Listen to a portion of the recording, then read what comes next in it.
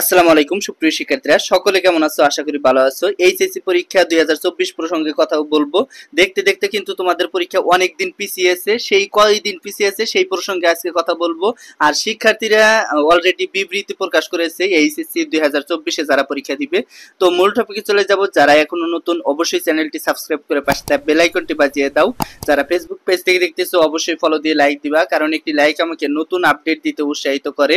তো শুরু করা যাক। সুপ্রিয় শিক্ষার্থীরা, তোমাদের এখানে বাংলাদেশ আন্তঃশিক্ষা সমন্বয় কমিটি তারা একটা বিবৃতি প্রকাশ করেছে, নোটিশ প্রকাশ করেছে পরীক্ষা স্থগিত প্রসঙ্গে।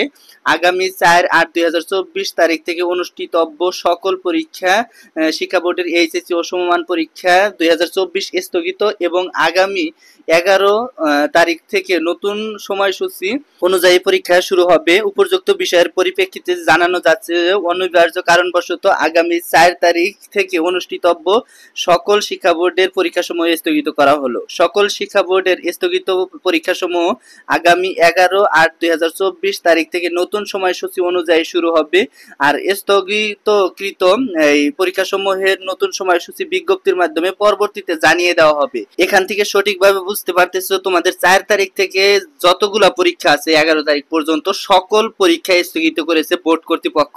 যেহেতু তোমাদের এই বোর্ড কর্তৃপক্ষ স্থগিত করেছে, সে অনুযায়ী তোমাদের 11 তারিখে যে নতুন একটা সময়সূচি তারা বর্ণনা করবে, হয়তো বিকালেও তারা পরীক্ষাটা নিতে পারে, তবে নতুন সময়সূচি তারা দিয়ে থাকবে। তবে আজকে দিবে না কালকে দিবে এটা কিন্তু পরবর্তীতে শিক্ষা বোর্ডের যে ওয়েবসাইট আছে সেখানে তারা প্রবেশ বা সেখানে তারা প্রকাশ করবে। এই প্রকাশ করা হলেই আমি তোমাদের জানিয়ে দেব, সমস্যা নাই। তবে এই 4 তারিখ থেকে যে 11 তারিখ পর্যন্ত তারা পরীক্ষাটা স্থগিত করেছে, সে অনুযায়ী তোমাকে 11 তারিখ থেকে নতুনভাবে তারা রুটিন দিবে। সে অনুযায়ী কোন পরীক্ষা কবে হবে না হবে সেটা কিন্তু তারা বর্ণনা করে দিবে।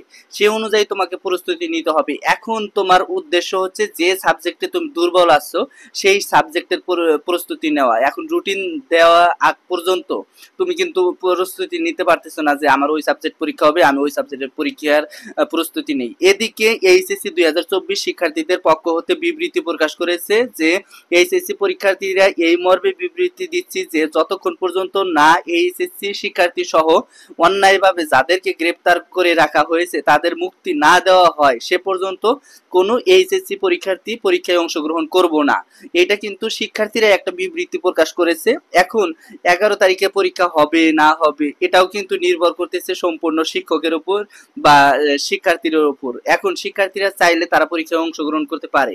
এখন যদি শিক্ষার্থীদের না ছেড়ে দেয় তাহলে কিন্তু তারা পরীক্ষায় অংশগ্রহণ করবে না বলে আশা করা যায়। তো এই ছিল আজকের ভিডিওটা। সামনে সকল আপডেট আমার কাছ থেকে পাবা। ধন্যবাদ সবাইকে। ভালো থাকো, সুস্থ থাকো। ধন্যবাদ। আসসালামু আলাইকুম।